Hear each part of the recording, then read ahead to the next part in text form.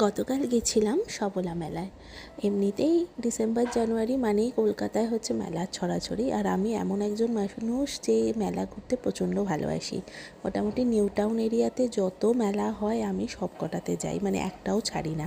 তো এটা হচ্ছে সবলা মেলার ফুড স্টল বলছি, এটা হচ্ছে ফুড কোর্ট। তো এই ফুড কোর্টে যে স্টলটা করেছিল, মানে যে স্টলগুলো করেছিল সেগুলো না এরকম ঠেলাগাড়ি স্ট্রাকচার ছিল। কিছু কিছু স্টল দেখলাম খালি ছিল, বাট বেশিরভাগই দেখে যা মনে হলো যারা হোম বেসড ফুড বিজনেস করেন সেই মহিলারা এখানে স্টল দিয়েছিলেন।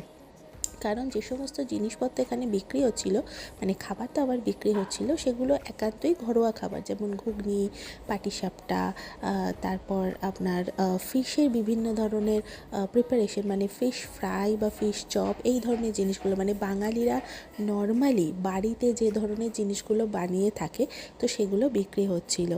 দেখে কিন্তু বেশ লাগছিল।